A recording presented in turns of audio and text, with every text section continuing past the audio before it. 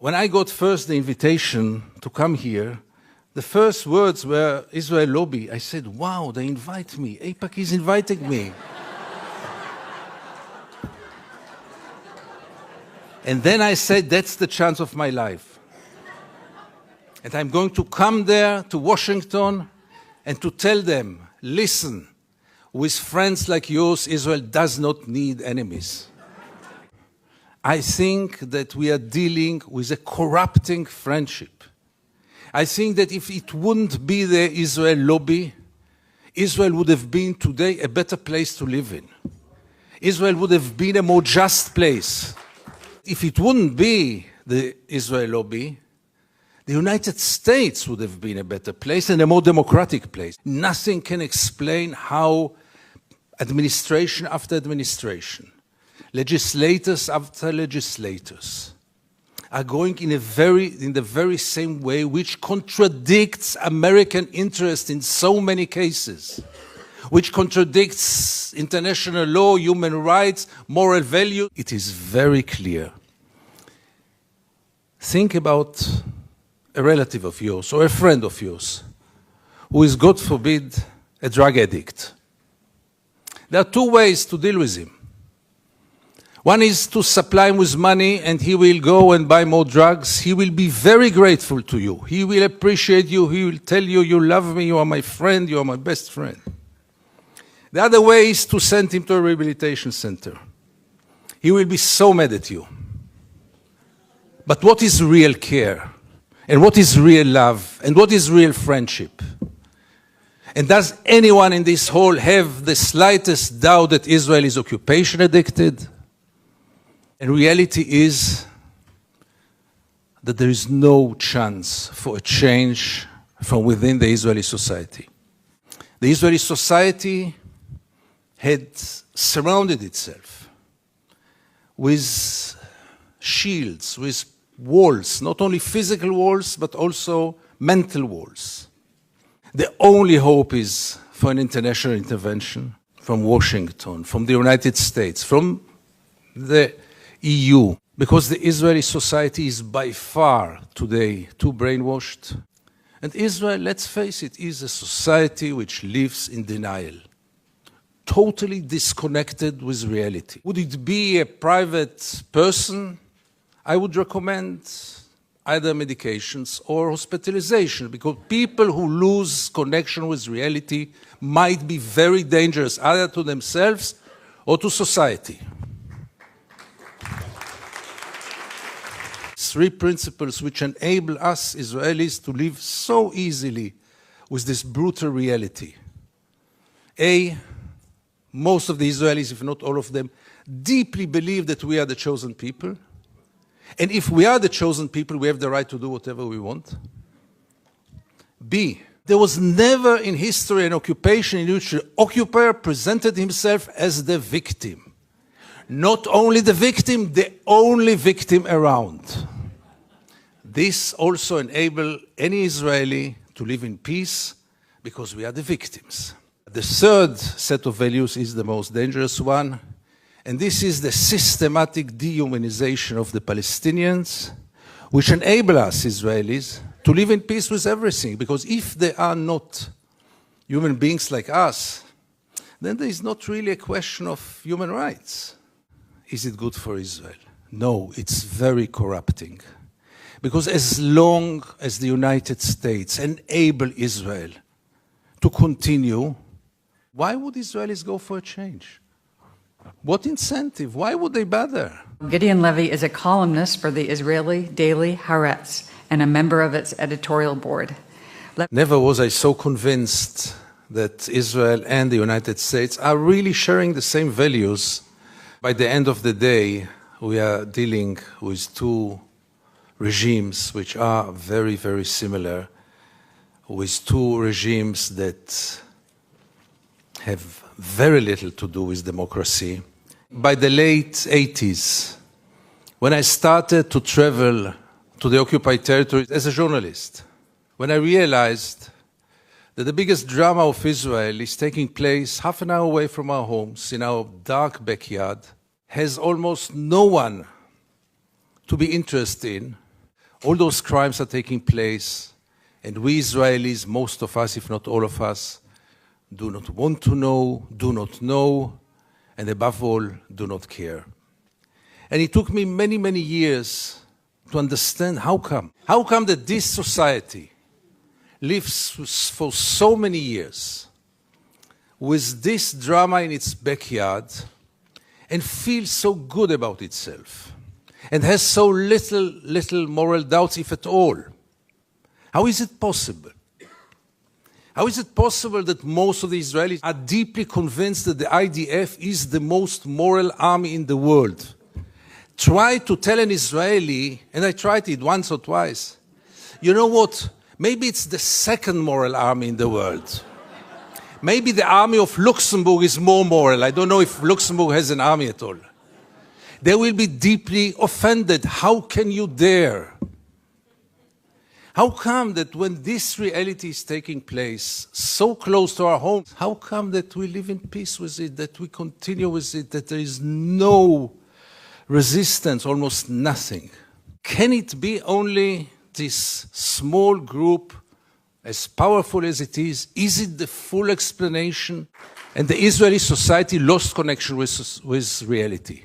It lost connection with the reality in its backyard. It's totally lost connection with the international environment. Really to believe that 5 million Jews know better than 6 billion people of the world? Really believe that 5 million Jews will be able to continue to live on their sword forever? Is there one example in history in which any country lived on its sword forever? Empires? Really believing that in the 21st century it is acceptable to ignore the international law in such a way, to ignore the international institutions, and to rely only on the United States and Micronesia. Let's not forget this friend of Israel. And recently also Czech Republic. Thank you, Czech Republic. And Canada, your neighbor, obviously. So therefore it is so crucial to see any kind of change here in the United States. And we jump on any sign. When J Street was established, we say, yeah, here it comes. And it didn't come.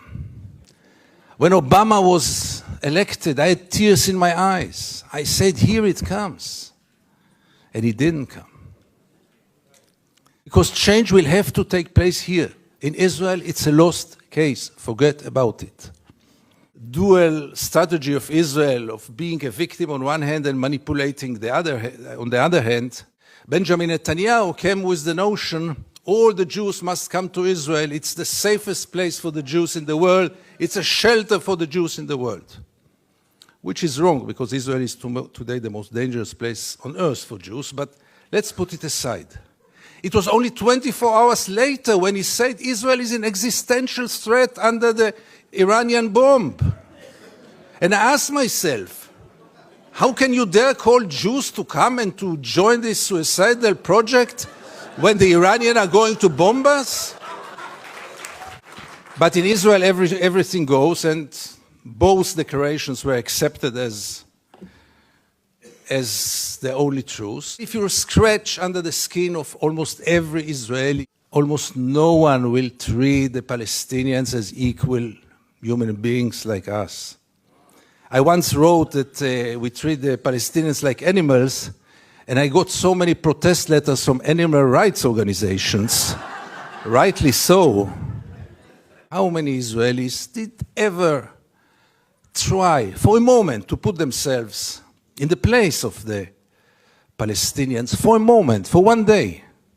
And I want to give you two examples which will demonstrate it. Many years ago, I interviewed then candidate for Prime Minister, Ehud Barak. And I asked him a question which I try to ask in any occasion. Mr. Barak, what would have happened if you would have been born Palestinian? And Barak gave me then the only honest answer he could give me. He said I would have joined a terror organization. And it became a scandal, because how can you dare to put Ehud Barak to think what would have happened if he would have become a Palestinian? And the second incident, briefly, Second Intifada, the city of Jenin, the most closed city in the West Bank, real total siege. I go out from Jenin, I come to the checkpoint, a Palestinian ambulance is parking there with the red lights. I stand after him, no cars can get out of Jenin in those days, no cars can get in, and I wait. The soldiers are playing Begamon in the tent. Usually I know myself, it's better that I don't get into a confrontation with the soldiers because it always ends up very badly. So I stayed in the car, but after 40 minutes I couldn't take it, and I went out to the car. From the car, I went first to the Palestinian ambulance driver and I asked him, what's going on? He told me that's the routine, they let me wait 1 hour until they come and check the ambulance. And I couldn't take it anymore, and I went to the soldiers. It became a confrontation, but the question that I asked them, which really brought them to direct their weapons toward me, was one. What would have happened if your father would have been lying in this ambulance? This freaked them out. They lost control. How can I dare to compare between their father and the Palestinian in the ambulance? And this set of beliefs that they are not human beings like us enable us Israelis to live in so much peace with those crimes, ongoing crime for so many years, with losing any kind of humanity, values. I heard today people talk about Jewish values. I must be frank with you, I don't know what are Jewish values. I know what are universal values. Let's not get into it, really. There are very clear universal values. And there is a very, very clear international law. But for most of the Israelis, international law is very important. But not for Israel. Israel is a special case. Why is it a special case? And again, you get with all those set of values, with this living in denial. And here I want to get back to the topic of our panel. Is it good for Israel? No, it's very corrupting. Because as long as the United States enable Israel to continue, obviously the Palestinians are the first and direct, unbelievable victim of it. What will Israel be after all those years? What is it already today? Where does it direct to? And things are getting worse and worse. And therefore I have so little hope about change from within the Israeli society. Because things, as you might know, are going more and more to the nationalistic, militaristic, religious direction, with very little hope that change will come from within. Why would Israelis go for a change? What incentive? Why would they bother? Life is so good. You should have seen Israel in the days when Gaza was bombed, when the beaches were crowded, the helicopters were passing on their way to bomb Gaza. The Israeli TV hardly showed photos from there. Newspapers hardly wrote anything. I wrote one article about the responsibility of the pilots, and I needed to use bodyguards to get out of my home after this.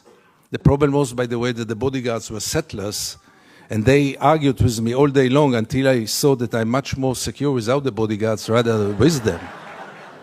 Israel, which has 3 regimes today, maybe the only country, the only state in the world with 3 regimes, one for the Jews, one for the Arab citizens, and one an apartheid regime in the West Bank and Gaza, one of the most brutal and cruel tyrannies in the world. I realized last summer that it is a democracy for its Jewish citizens, but only if they think like the majority. Few of us, very few, much too few, but few of us are looking to the West, Europe, and then United States, with a great hope, because we lost hope in Israel.